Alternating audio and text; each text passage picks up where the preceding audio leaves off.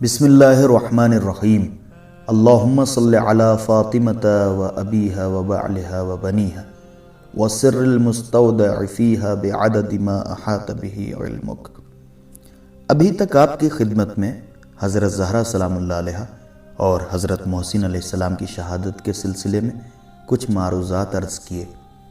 اب ضروری ہے کہ قرآنی استدلال بھی بیان کیے جائیں اور قرآنی آیات سے بھی اس مسئلے کو ثابت کریں، کیونکہ بہت سے لوگ حسبنا کتاب اللہ، ہمارے لیے کتاب خدا کافی ہے کا نعرہ لگاتے ہیں، حالانکہ یہ بہت بڑی غلطی ہے، کیونکہ خود پیغمبر اکرم صلی اللہ علیہ وآلہ وسلم نے بار بار فرمایا تھا کہ میں 2 گرا قدر چیزیں چھوڑ کر جا رہا ہوں۔ اس بات پر تمام مخالفین کا اعتقاد بھی ہے کہ پیغمبر اکرم صلی اللہ علیہ وآلہ وسلم نے فرمایا ہے کہ میں تمہارے لیے 2 ثقل چھوڑ کر جا رہا ہوں، ایک اللہ کی کتاب اور دوسرے میری اطرت جو میرے اہل بیت ہیں۔ یہ روایت متواتر ہے، سب اس پر عقیدہ رکھتے ہیں، چاہے شیعہ ہوں یا مخالفین شیعہ، لیکن بہت سے لوگوں نے غاصب دوم کے اس قول حسبنا کتاب اللہ کو اپنا لیا ہے۔ کوئی بات نہیں، ہم اس پروگرام میں قرآن مجید کی آیتوں سے بھی استفادہ کریں گے، لیکن اس بات کو تمام لوگ جان لیں کہ صرف اور صرف امیر المومنین علی علیہ السلام کے شیعہ پیغمبر اکرم صلی اللہ علیہ وآلہ وسلم کے راستے پر چل رہے ہیں۔ یہی لوگ پیغمبر اکرم صلی اللہ علیہ وآلہ وسلم کی سنت کو اجرا کرتے ہیں، کیونکہ ان کے پاس اطرت پیغمبر صلی اللہ علیہ وآلہ وسلم بھی ہے، ان کا بھی احترام کرتے ہیں اور ان سے دین لیتے ہیں، اور قرآن اور خداوند متعال کی آیتوں سے بھی اپنی زندگی کے قوانین کو دریافت کرتے ہیں۔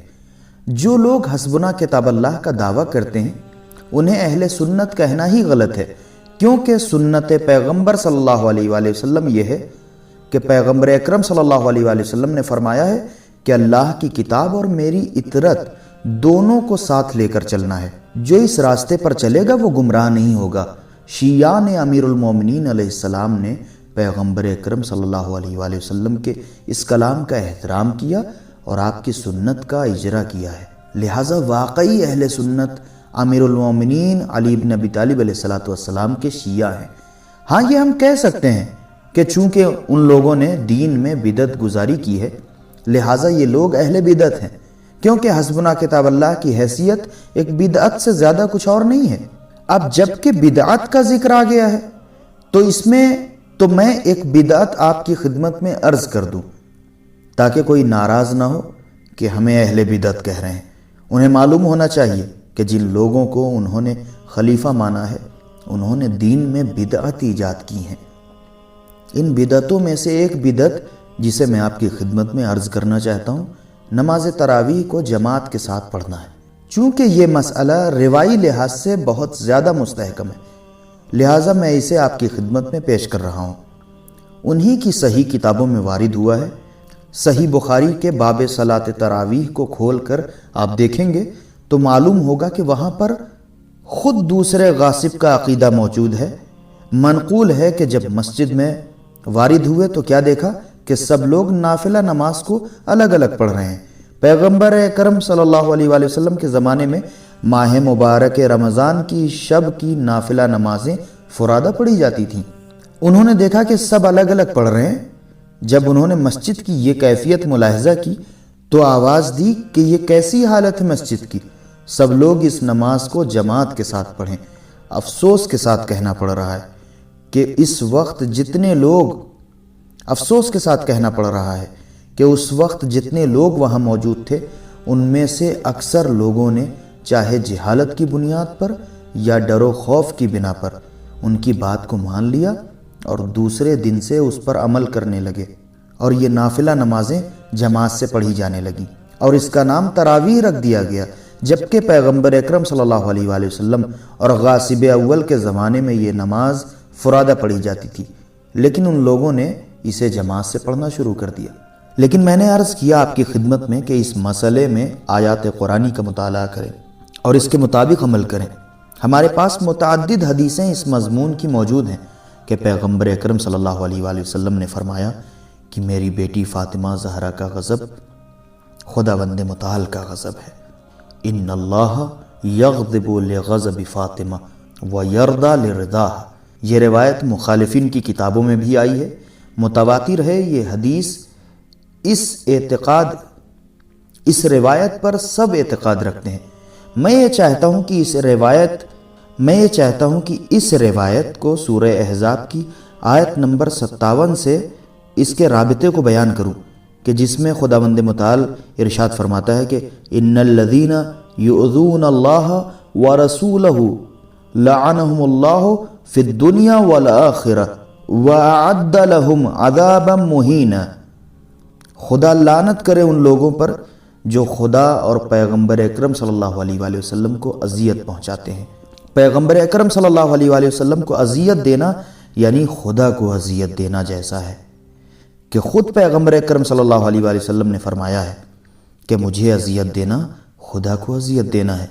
اس آیت میں صراحت کے ساتھ خدا ارشاد فرما رہا ہے کہ جو اللہ اور اس کے رسول کو اذیت دے وہ لعنت کا مستحق ہے۔ لعنہم اللہ فی الدنیا والآخرہ۔ صرف یہی نہیں بلکہ وَأَعَدَّ لَهُمْ عَذَابًا مُهِينًا، دردناک ترین عذاب ان کا منتظر ہے۔ جو لوگ پیغمبر کو اذیت دیتے ہیں، شیعوں کے مخالفین کی کتابوں میں بھی یہ بات موجود ہے کہ حضرت زہرا سلام اللہ علیہ کو اذیت دینا رسول اللہ صلی اللہ علیہ وآلہ وسلم کو اذیت دینا ہے۔ خود پیغمبر اکرم صلی اللہ علیہ وآلہ وسلم نے فرمایا کہ جو میری بیٹی فاطمہ زہرا سلام اللہ علیہ کو اذیت دے گا، یہاں تک کہ دوسری بہت ساری روایتوں میں یہ بھی وارد ہوا ہے کہ جو علی بن ابی طالب علیہ السلام کو اذیت دے گا وہ مجھے اذیت پہنچائے گا۔ یہ روایت متواتر طریقے سے نقل ہوئی ہے، شیعوں کے مخالفین نے بھی اسے نقل کیا ہے۔ آیہ قرآن کے مطابق چونکہ تم نے پیغمبر اکرم صلی اللہ علیہ وآلہ وسلم کو اذیت دی ہے کہ در حقیقت خدا کو اذیت دی ہے، لہٰذا تمہارے اس کام کا نتیجہ کیا ہے؟ اس کام کا نتیجہ خداوند متعال کی لعنت ہے۔ اب وہ لوگ جنہوں نے حضرت زہرا سلام اللہ علیہ کو اذیت دی ان پر ظلم کیا، جیسا کہ پچھلے پروگراموں میں عرض کیا گیا ہے، کیسے کیسے مظالم ڈھائے گئے بی بی زہرا سلام اللہ علیہ پر، یہاں تک کہ حضرت محسن علیہ السلام کو بھی شہید کر ڈالا۔ خود مخالفین کی روایتوں کے مطابق یہ جو حضرت زہرا سلام اللہ علیہ کو اذیت دے رہے ہیں در حقیقت پیغمبر اکرم صلی اللہ علیہ وآلہ وسلم کو اذیت دے رہے ہیں، اور قرآن مجید کی اس آیت کے مطابق ایسے افراد خدا کی لعنت کے مستحق ہیں۔ اب اگر کوئی کہے کہ آپ کیوں لعنت کرتے ہیں تو آپ کہیے کہ میں نے کہاں لعنت کی ہے، ان پر تو خداوند متعال نے لعنت کی ہے۔ اب جو ہمارے لعنت کرنے سے ناراض ہوتے ہیں تو انہیں چاہیے کہ قرآن مجید کی اس آیت اور اس طرح کی دیگر تمام آیتوں کو قرآن سے نکال دیں۔ اگر دشمنان زہرا سلام اللہ علیہ، دشمنان پیغمبر صلی اللہ علیہ وآلہ وسلم اور اسلام کے دشمنوں پر ہم جو لعنت کرتے ہیں اس سے اگر کسی کو تکلیف ہوتی ہے تو انہیں قرآن کو چھوڑ دینا چاہیے، جبکہ ایسے لوگ حسبنا کتاب اللہ کا نعرہ لگانے والے ہیں۔ یہی لوگ کہتے ہیں کہ ہمارے لیے قرآن مجید کی آیتیں کافی ہیں۔ لیجئے یہ قرآن مجید کی آیت ہے، کیوں قرآن مجید کی اس آیت پر عمل نہیں کرتے؟ عمل تو دور، اس آیت کے مطابق عمل کرتے ہوئے اگر کوئی لعنت کرتا ہے تو کیوں اس پر اعتراض کرتے ہیں؟ کیوں کہتے ہیں کہ لعنت کرنا صحیح نہیں؟ جو یہ کہتا ہے کہ لعنت کرنا صحیح نہیں ہے اسے قرآن کو چھوڑ دینا چاہیے، کیونکہ یہ کہہ کر قرآن مجید کی آیتوں کی توہین کر رہا ہے۔